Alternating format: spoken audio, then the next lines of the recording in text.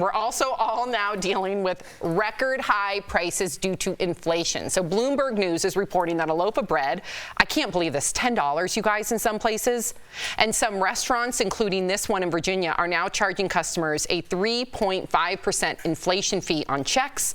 So how are Americans dealing with these prices? How are you dealing with these prices? So a new CNBC survey shows that 65% of people said they are spending less on entertainment, like concerts and eating out. 4 in 10 are spending less on groceries. 61% said they're driving less, and more Americans are using their credit cards to cover the extra costs. So DBL Nation, always want to hear from you. How are you coping with the high prices, and what are you cutting back on the most? Is it eating out?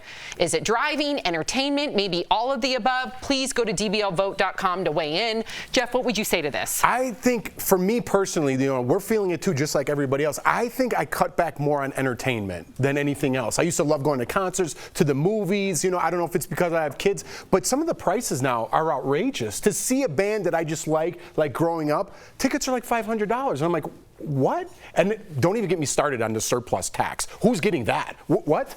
I'm paying $200 for my seat and another $200 in surplus tax? Who's that guy? Anyways, don't get me started. But that's where it's affecting me most. And eating out, I think, is another one. Again, I don't know if it's because of my kids or I just like to stay home and have everyone under one roof. I could eat whatever I want, but the restaurant, it's getting very expensive. And the problem I have with inflation, like everybody else, I don't know if we're getting that back. If again, there's no bread shortage, right? I don't want to scare people. This is one company making a certain loaf of bread, whatever.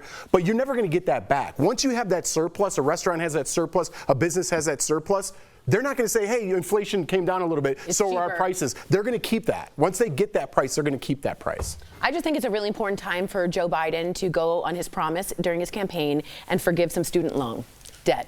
Now is a very good time for people who are feeling that, who can't afford eggs or dairy or their medicine. This would be a nice time for him to make good on that promise. That's what I'll say. Well, until that day happens, I did notice because somebody's about to pay off her student loan. It only took like 20 years, right? Wow. Only 20 years.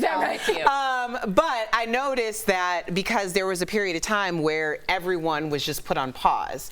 And now every time you go in, it says, do you need to defer your student loan? And I think when you're talking about debt hierarchy or, how you're going to manage and pay off certain debts, to me, student loans are at the bottom of the barrel. Exactly. So if you have an opportunity to defer further, I would go ahead and defer, because if you can't get your bread, then I don't think you should be giving whoever has your student loan any Thank you.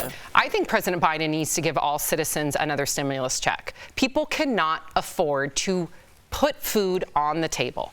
And you mentioned the luxury of going to a concert. That's mental health for a lot of people, right? The fact that people cannot even put bread or food on the table, but also they can't go for a drive or go camping or do anything to just escape the day-to-day cycle that all of us feel like has become too much mentally, especially if you have multiple jobs, living in a gig economy. It's just all too much. I agree. So if he's going to, in the past, if we've been able to give trillions of dollars to businesses, why can't he do it to his own citizens? How about banks? That's definitely not the answer, giving away more money. It was a mistake in the first place, in my opinion. You think so? Yeah, because we're in debt. You can't get that money back. You can't just give people money for doing nothing. People have to make adjustments. I'm making adjustments. Other people have to make adjustments. I understand people are in dire needs, and that's a small percentage of people. You can't just be giving out people because bread costs more. We can't give out a stimulus check. No, so you don't take the money from a money tree. You actually take the money from somewhere else in the budget, where we don't need to pay as much money, in my opinion,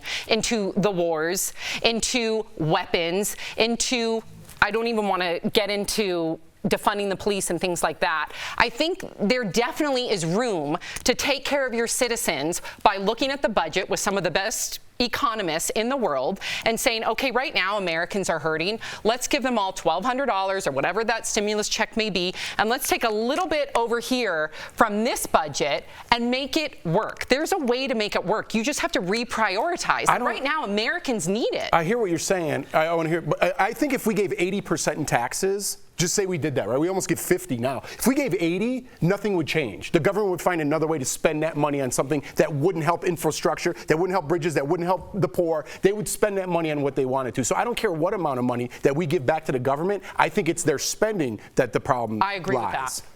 I think it's in the middle. I'm not 100% opposed to what you said about the idea of just giving people money, but when we gave money and it seemed like a split-second decision to do that, I think it would also behoove of everyone to be very intentional about where that money goes. I understand that people have diversity of expenses, but at the end of the day, not everyone is going to utilize that. And what happened was it created this demand for all of these different supplies, assuming that we would continue to spend that way. We just didn't. But we didn't continue to spend that way because the stimulus stopped. So now you had people and companies that were like spending or stocking things that weren't ever going to be purchased. We had major dips in the economy because of that. I think that we do need money. There needs to be a stimulus, but I also think that it has to be an intentional thing. Absolutely. It has to be done by the right people. Okay, so has inflation, are you cutting back, caused you to cut back eating out? 7%, 8% say entertainment, 6% say driving, and 79% of you Everything. say all of the above. It's hitting you from all angles.